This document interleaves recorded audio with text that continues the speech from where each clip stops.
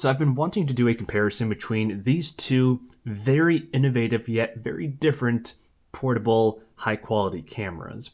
This right here, DJI Pocket 3, and this is the OnePlus Open. These cameras are both around the same size, pocketable, portable cameras with amazing image quality. You guys know that the Pocket 3, the big selling point here is the built-in 3-axis gimbal, along with the rotating 2-inch display. Compared to other mirrorless cameras, even action cameras, that makes the Pocket 3 very unique. And the OnePlus Open is special in the field of smartphones for a couple of reasons.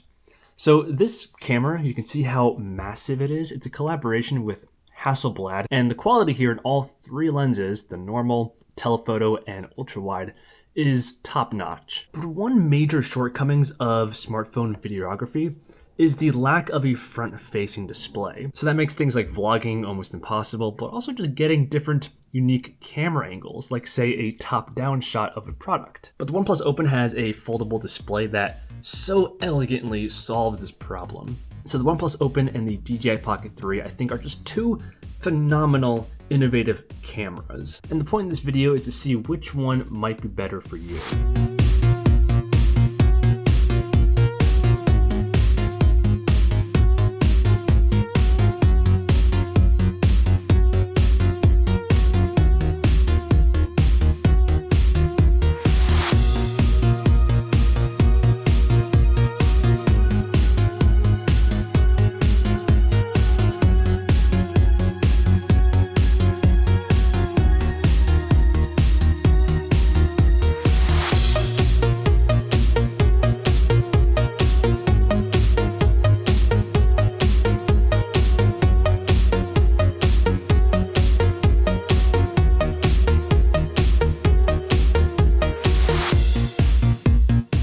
Begin with the DJI Pocket 3, and this section of the video is being filmed with the OnePlus Open 4K auto settings on the main camera lens. So the specifications you need to know about with the Pocket 3, the image sensor here is a full 1-inch CMOS sensor, and the aperture is f2.0. And essentially, the bigger the image sensor, the more light the camera can let in.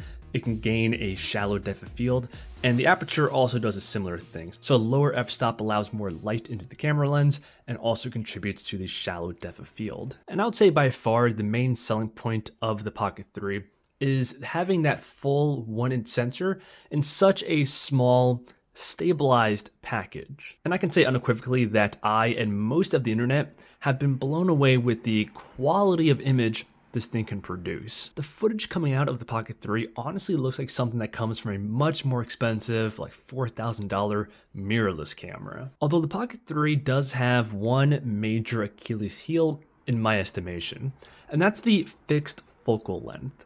So this has a 20mm equivalent, that's the field of view. There is an optional wide-angle lens magnetic attachment that widens the field of view to 15mm. But aside from that, the only other way to change up your framing is to physically move the Pocket 3 closer and further away from your subject. Now, luckily, because of the small size and the 3-axis gimbal, the camera is very conducive to movement. And then the last notable thing here with the physical design is the rotating display, which is how you can both turn on and turn off the camera. This only comes in at 2 inches in size, so it's still a small display.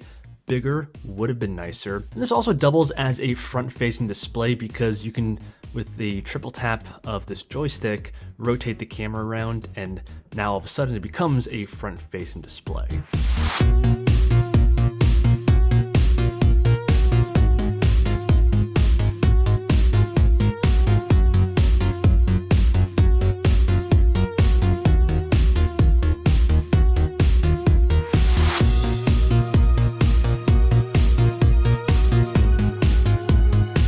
Taking a look at the OnePlus Open, as a quick reminder, this portion of the video is filmed with the Pocket 3. This camera system is a bit more complex, being that there's 3 separate cameras, which also brings its own benefits.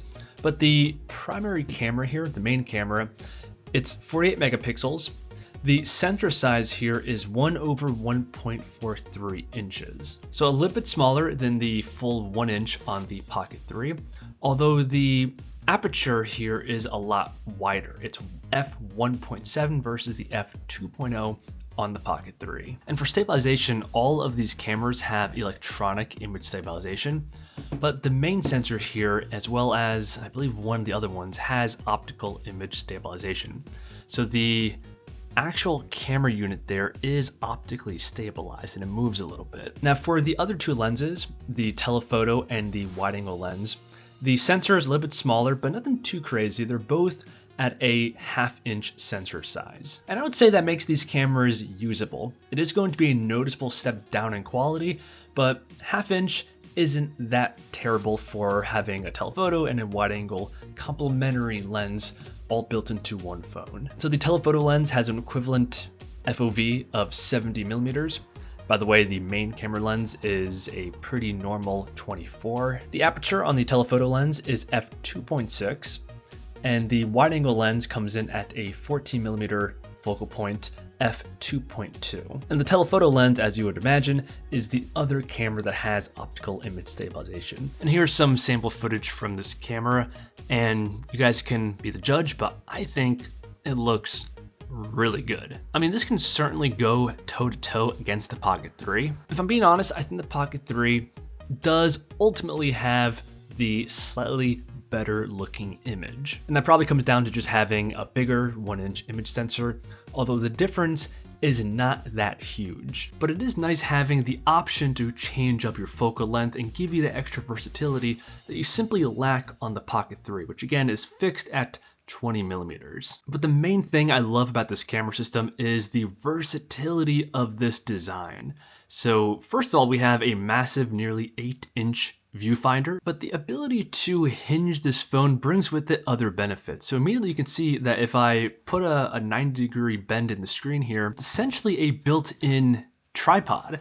You can angle the phone in a magnitude of different ways. Same thing goes for putting the camera vertically. You can just bend the phone in half and it becomes its own tripod. And then obviously the same thing goes for the front-facing display. We have that massive viewfinder. The display on the outside is 6.3 inches.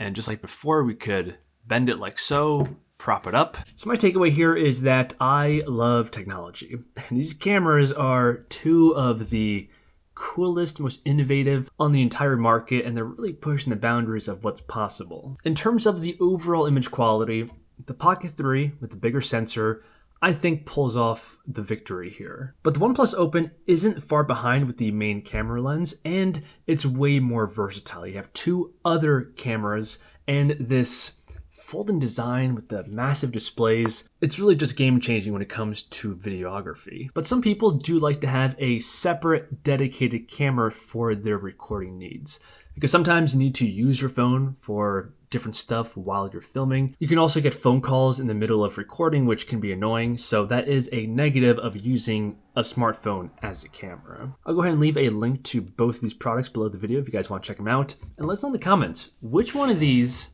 in a perfect world would you prefer to shoot videos with? I hope you guys enjoyed. If you did, like, subscribe, and I'll see you guys in the next one.